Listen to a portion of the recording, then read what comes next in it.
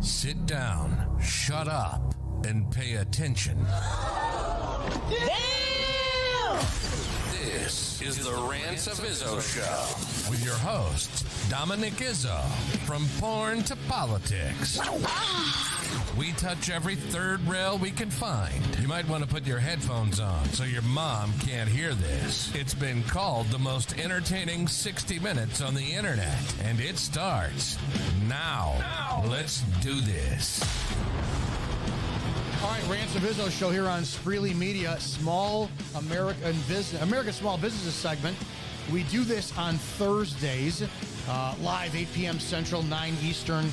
The point of this, we started a couple weeks ago, was to start really featuring American businesses, because you have all these people in your social medias who are like, we need to support small businesses and whatnot, and it's more along the lines of just talking. Nobody really does this stuff. So I've got some great contacts. I know some great people like Dave Daley, who I'm featuring today, and his business.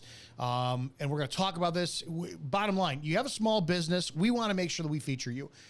There's the rant line, 708-982-0974. If you have a business, I don't care what it is. I don't care if you're online, virtual, brick and mortar. I don't care if you're selling your feet pics, you make the best coffee around, or you're a canine super supplement like with Dave today. We want to feature you. We want to use the platform we haven't been blessed with and promote your passion and your entrepreneurial spirit out there. Dave, damn, good to see you. It's been shit. Last time you and I did a podcast was actually Christmas Eve of 2021. Wow. Yeah.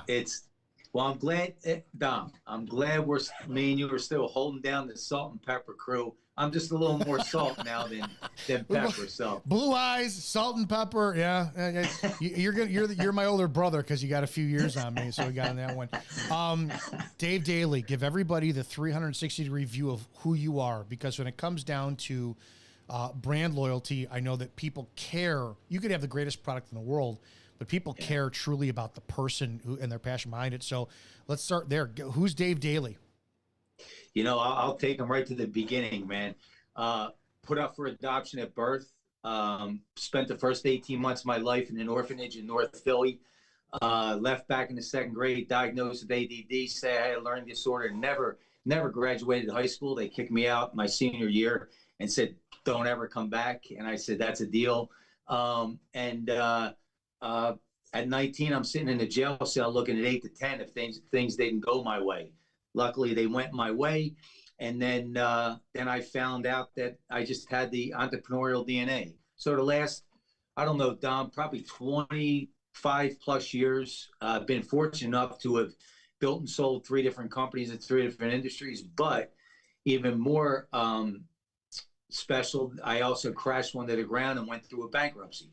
And I say that because the things that I learned in that window of time, there's not a university in this world that could have taught me what I learned going through that, picking myself back up, figuring it out, and then moving forward. And a lot of people asked, because it was a restaurant, it was a burger joint here in Southern California.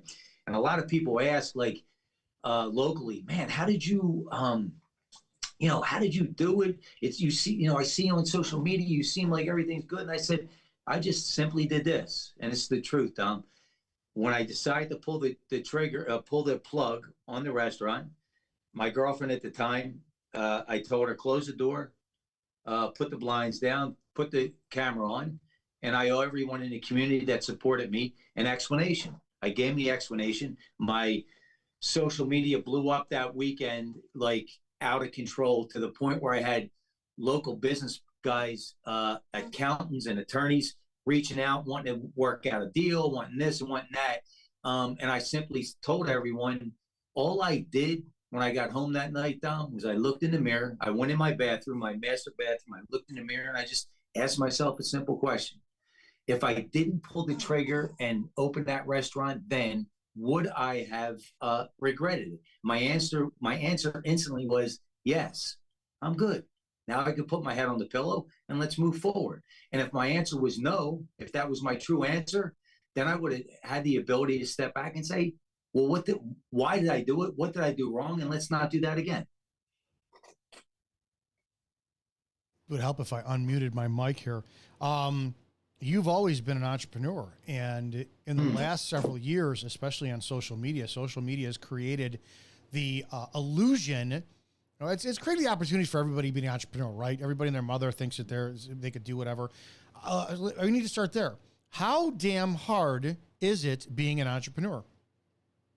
Well, I think it's depends on the definition of what you consider hard and what your actual DNA is. And for me, I wouldn't say it's hard, but it's certainly not for everybody, because it would be way more hard, actually impossible, to be honest with you, for me to work for somebody, to go into a cubicle or to show up at a certain time. It's so funny, Dom. You'll appreciate this. So I live here in Southern California. I am literally a stone's throw away from the biggest Marine base in the world, and that's Camp Pendleton. So I'm out and about, and people always assume, man, did you serve? Where'd you serve? I go, nah. And they, because of my appearance, they automatically think that I'm either was a cop or a retired military or a combination of both. And I just said, it's funny. I'm just not that guy. It would never have worked. I would have been in more trouble, Dom, than they would have. It would have been a nightmare for me to take all those orders and just get in line like that. It's just not my DNA, and never was. But it's one of the big things that you're very big on is discipline, and it's the way that you carry yourself, right? That's where people go. You're either cop or let's go deep on that, dude, or go a little bit wider and get some clarity, because that's a great thing that you brought up. I'm disciplined on my terms. Mm-hmm. That's the only way that works for me. See, I'm disciplined on my terms, and there has to be I have to feel a purpose for it. And if I look back in school, Dom, I'll be honest with you, I just never saw the purpose except to play sports. Those were my outlets, and hanging out with my friends and the social part of it. But everything else was like no purpose. And I just realized I just have that. That's my DNA. But yeah, when you're talking about the internet, it's easy. First of all, it's easy to, you know what I'm talking about, rent a Lambo. Mm-hmm. You know what I'm saying, yeah. right? You know what I'm saying. Yeah, take selfies in front of the rented Lambo, and make sure you cover the license plate so they don't see that it's the rental company, right? So it's easy to do that. But as always, man, when you start paying attention, Father Time is undefeated and always tells the truth. Discipline aspect. How did you, in the entrepreneurial world, I didn't get this when I first started going into it. There's always something else to do. There's always something in the fridge you can go look at. There's always something on TV, this and that. When it comes down to instruction, I thrived at jobs because when a boss sent a parameter, or there was the evaluations with the departments of how many stops you had to get in one. I loved overachieving and knocking out. I'm not gonna lie. I love the pat on the back. Ever since I was 15 and a half, 16 years old, got my first job, and the boss said I did a great job at Little Caesars Pizza that I went from $3 to $3.25. I was like, damn, I was addicted to that praise. And so when you set the parameters for me with my work ethic, I'll destroy it. When it comes down to being an entrepreneur, now you set the parameters for yourself. How many people don't have that discipline where they're like, yeah, I can't work for anybody. Oh, I could work for anybody. I don't like it now because I'm tired of, why am I making somebody else all this money when it should be mine? So how did you address that? Well, Don, that's great, man. I love that you brought this up, because I wasn't even thinking about it until you just went down that road. What that brings me back to, and I think it's going to bring a lot of value to people, it's self-awareness. So you thrive at that. Now follow me on this, right? At that number 2 and number 3 position, meaning that's your world. That all the CEO has to do is say, Dom, listen, you're the president of this company. Here's what we need. Here's what we're looking to do. Here's our goals for 6, 8, 10 months out. And and he knows it's taken care of. That's invaluable. But it's only valuable when you understand who you are. So then you can triple down on your strengths. And I'm the opposite. See, my ex-wife used to scream at me because I'm the biggest delegator, right? I'm the guy that says, here's the plan. I'm trying to find the right fit, right? I'm trying to find the right quarterback with the right wide receiver. And on the defense, I need that offensive lineman, the outside linebacker, and the strong safety. That's my thing. I love doing that. So a guy like you, we would partner and we would just enhance each other's strengths, man. So I recognize I needed that. I recognize that I make a better number two. Even one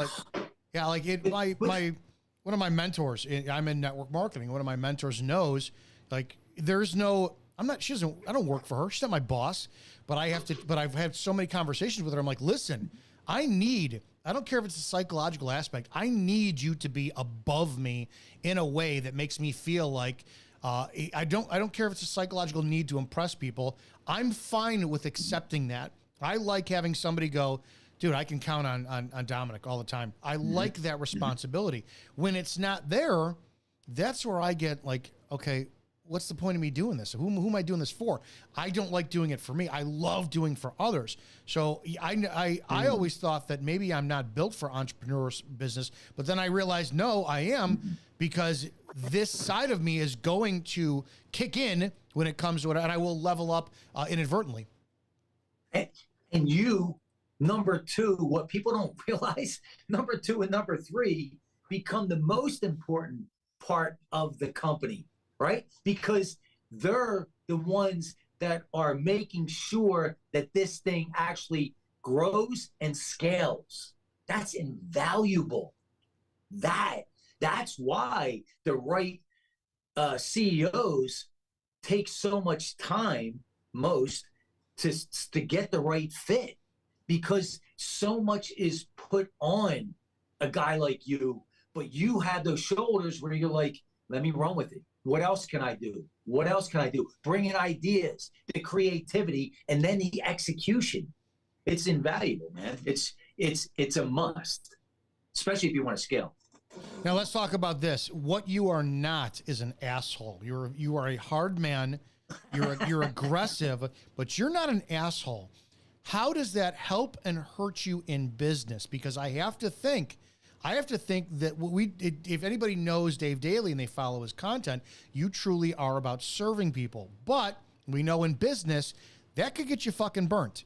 So how does Dave Daley succeed in a world where you're hardcore, you're high speed, low drag, but you're not a dick and you're not an ass? Does that ever wind up biting you, or could you have scaled faster, bigger, if you had been a little bit more, nope, black and white, I got to be a hard ass, I got to be this, I got to be that? How does Dave Daley balance still having compassion and service while being still hard and still aggressive and intense?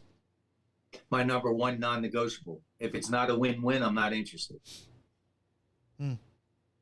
If it's not a win-win, so in other words, someone brings an opportunity or some sort of business opportunity, and it's not a win-win, and most of the time it should be a trifecta, right?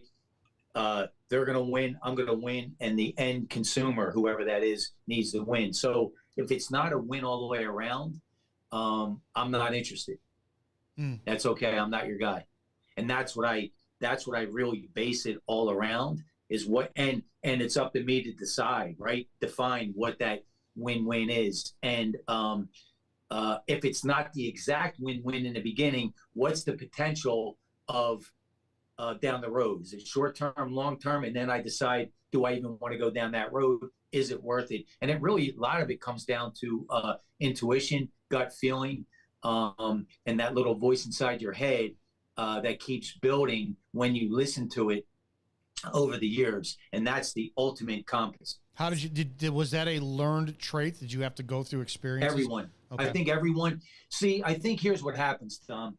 I think that to a certain degree, we're all born with it, because if you look at like a toddler or a even whatever you would call them, a few years older, their intuition is so on point, right? Most of the time, because they're not distracted by what we've created for ourselves as adults. So I think if you can go back into that in the adult world, and start to lean on that. And here's what happens, Dom. It's just like a muscle, right? The more you start to use it, the stronger it becomes and the more reliable it becomes. The less you use it and keep questioning yourself and asking other people for their input to make you feel better, it becomes a weak muscle. And then all of a sudden you can't use it because it's atrophied. So it's all about listening and having the courage to move forward. And I think where the courage really comes in, here's where you become bulletproof, man, when your intention is pure. And I tell people all the time, like when I speak from stages, especially before like the lockdown and all that nonsense, I was starting, my brand was starting to really build to where I was getting flown out and speaking to businesses and functions. And I would tell people, listen, I'm just going to let you know right now, if there's something that I say that offends you, or you feel some sort of way about it, that you don't feel connected, just understand something. I'm coming at you with a pure intention to help. If that doesn't land that way, that's on you. You got to figure that out, because I'm going to put my head on the pillow tonight. I'm good. We have a lot of influencers now who are doing that, and they're kind of misunderstood. And I grew up, wrestling, and that was my sport. And you had coaches who, you gave you the tough love, and they don't have that today.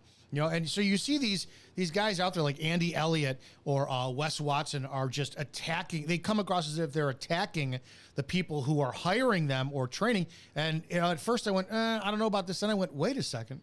This is what men need, sadly, because otherwise you're going to half-ass it in the entrepreneurial world, and then you're going to go, oh, whatever. It's a scam. It's soft. We come from a time of on-scene, face-to-face, customer service, human interaction. This new generation will never understand what that is. Do you think that the pendulum is swinging back the other way? And even though, like, Amazon is destroyed Barnes & Noble, and now everything is, why go to Target when you could just order it online? Do you think that our generation has a surge in us where we can go, well, we've got superior customer service skills. We offer something nobody else does, which is that value of face-to-face, pure. You're not another number. You're not a funnel that's being filled. I can meet your needs with humanality. Do you think that we have an upper edge in the entrepreneurial space over these kids now who are just click funnels and here's my website and there's no personal interaction? I think it all comes down to, like you're talking about Wes Watson, who I know personally. Andy, I don't know. But at the end of the day, the times we're living in embraces real, right? And embraces real to the point of, think about this, it embraces real so much that the haters. So when I get the trolls, I go out of my way to thank them for being a fanboy, because you just helped my algorithm. Yeah. See, so it's so transparent now that the karma for the trolls, who back in our day would have got punched in the mouth, right?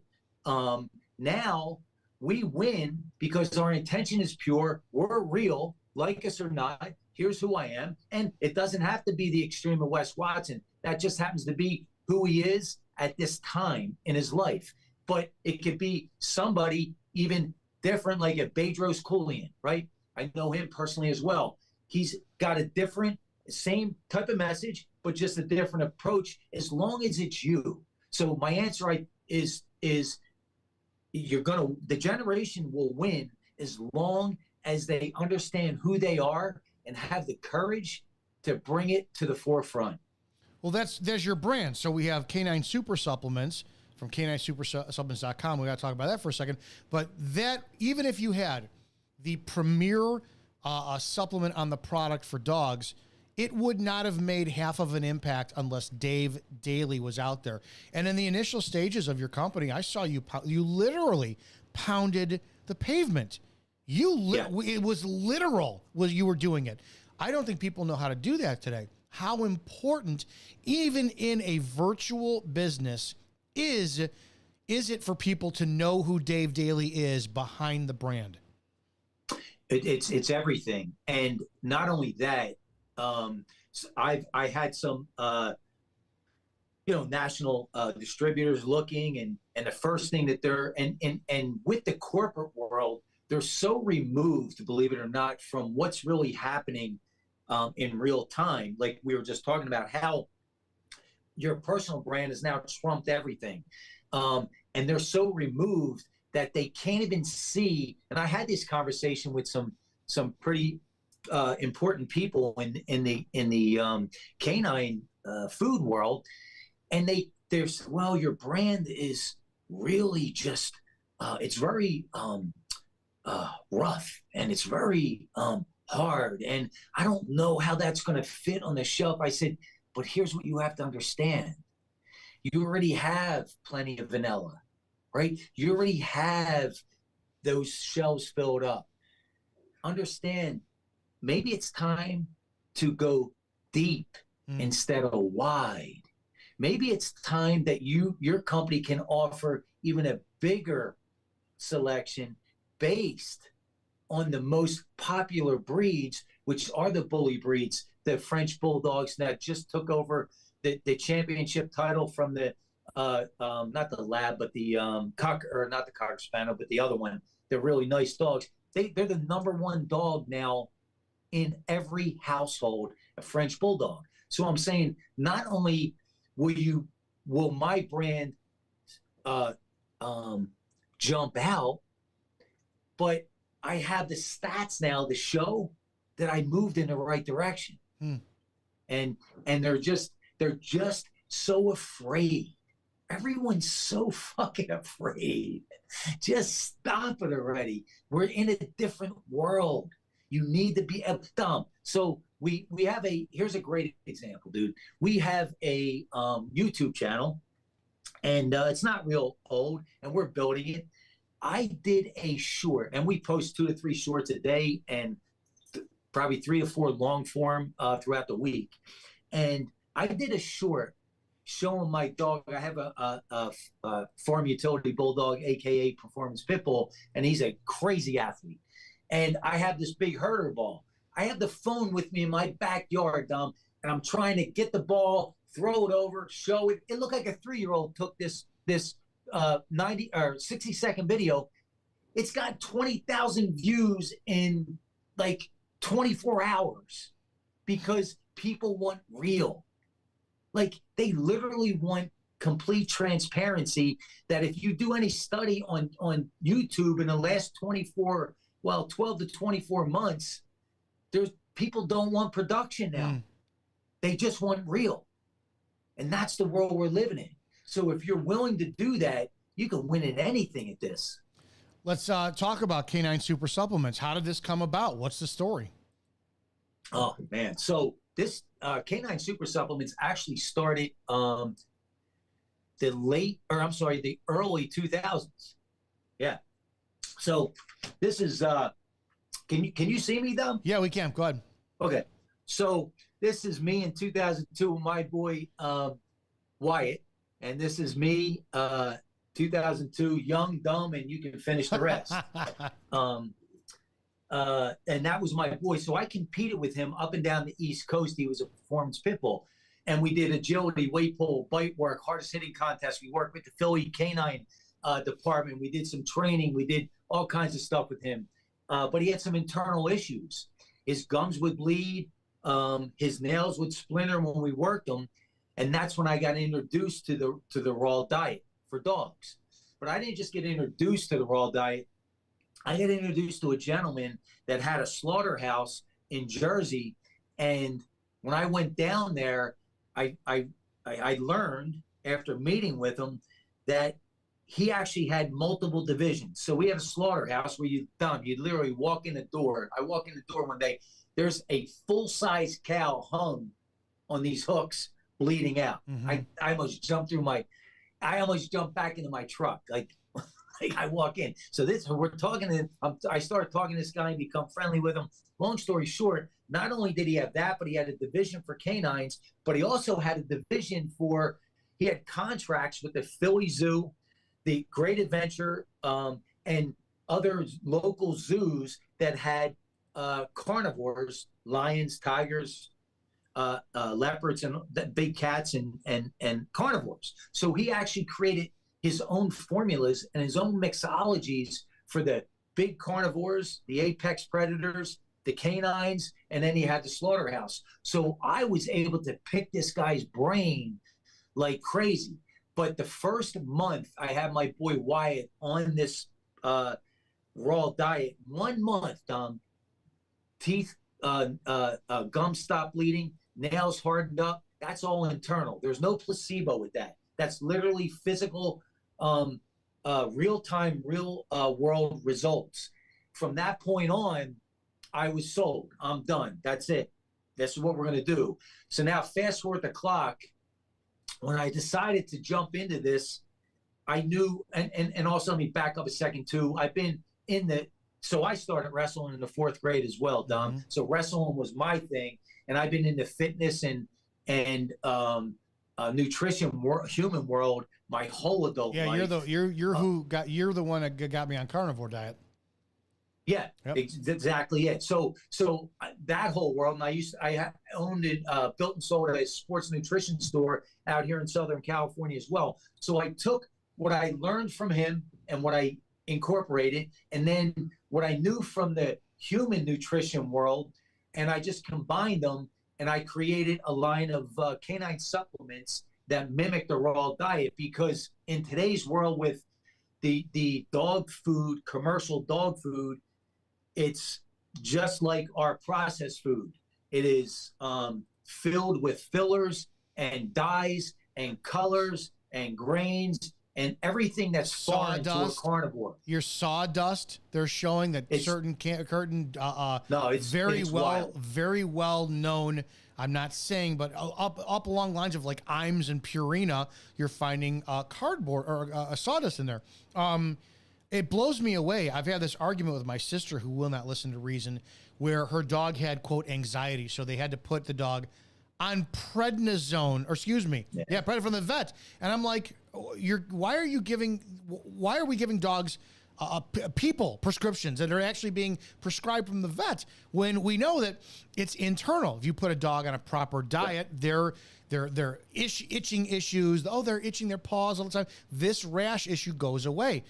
You are in the business of where people will spend more money on their pets than they will on themselves. So your business is needed. Did you see this recognized and get like frustrated with people who were, man, you're not taking care of your dog. I'm coming up with a solution for your issues. Was that like a driving force behind this as well?